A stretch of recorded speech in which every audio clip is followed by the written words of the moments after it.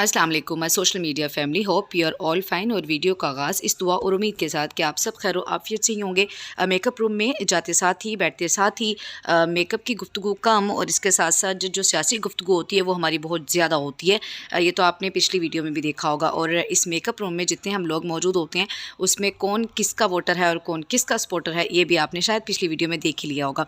खैर, वोट का इस्तेमाल तो आप सबका अपना अपना हक है, जिसका आपको दिल करता है और जिसको आप समझते हैं कि ये आपके लिए बेहतर चॉइस है तो आप उसको वो अपने वोट का इंतखाब करते हैं। हाँ, लेकिन अगर इस वक्त जो नून लीग के सपोर्टर हैं उनके लिए तो माहौल बहुत साजगार है, लेकिन अगर आप पीटीआई के वोटर हैं या फिर सपोर्टर हैं तो फिर आप ये 2-3 बातें ज़रूर नोट कर लें। पहली बात तो ये है कि आप सुबह जल्दी उठें, क्योंकि अगर सुबह के टाइम पे जो है वो टर्न आउट कम हो गया तो फिर सिस्टम जो है, जो मुखालफिन सियासी जमातें होती हैं तो फिर वो सिस्टम स्लो होना शुरू हो जाता है। इसके पीछे भी एक बहुत बड़ी साजिश होती है। खैर, वो तो मैं टॉक शो में हम डिस्कस करेंगे। इधर तो चंद एक चीदा बातें आपको बताएंगे।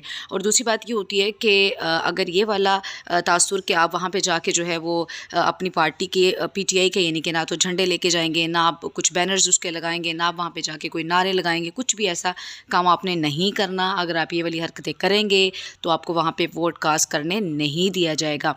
और इसके साथ साथ जो आप पिक एंड ड्रॉप के लिए जो सर्विस इस्तेमाल करेंगे तो वो जो है वो आपने जो ये है नून लीग है या फिर पीपल्स पार्टी है, आप अपने हल्के से उसकी जो है वो पिक एंड ड्रॉप इस्तेमाल करें बजाय इसके। बल्कि पीटीआई तो शायद आपको दे भी ना, वो क्योंकि हालात इतने साजगार नहीं हैं उनके लिए। और इसके साथ साथ एक एडवाइस ये भी आप लेते जाएं कि चूँकि अगर आप पहली दफ़ा वोट कास्ट कर रहे हैं तो फिर आपके पास शुमारियाती नंबर या जिसे ख़ानदानी नंबर कहते हैं या सिलसिला नंबर कहते हैं वो भी आपने साथ लेके जाना है। और अपना जो ओरिजिनल आईडी कार्ड है वो आपने लेके जाना है। चूँकि आज हमने जब हम ऑफिस में बैठे हुए थे तो वोटिंग के ऊपर और आईडी कार्ड के ऊपर ही बात हो रही थी। बड़ी इंटरेस्टिंग सूरत-ए-हाल ये थी कि मैं अली और रिमल से पूछ रही थी कि आप बताओ कि आपका आईडी कार्ड किधर है। चूँकि ये तो आप जानते हैं ना कि ये दोनों ट्रांसजेंडर हैं, तो उन्होंने बताया, दिखाया मुझे अपने आईडी कार्ड। और फिर मैंने पूछा कि आप किसको वोट कास्ट करेंगे।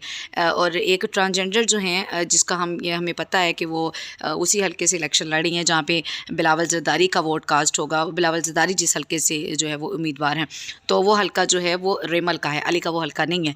तो वो तो ओब्वियसली वो कहती है कि हम तो डिटरमाइंड है कि हम जो है वो अपनी ही बरादरी की जो खातून या फिर जो भी वो है ट्रांसजेंडर है वो भी, तो वो उसी को वोट कास्ट करेंगे। और अली का वोट किसको है ये तो आपने पिछली वीडियो में देखा। और जो हमारी एंकर पर्सन है नेहा, उसका वोट किसको है वो भी आपने जो है वो पिछली वीडियो में देखा।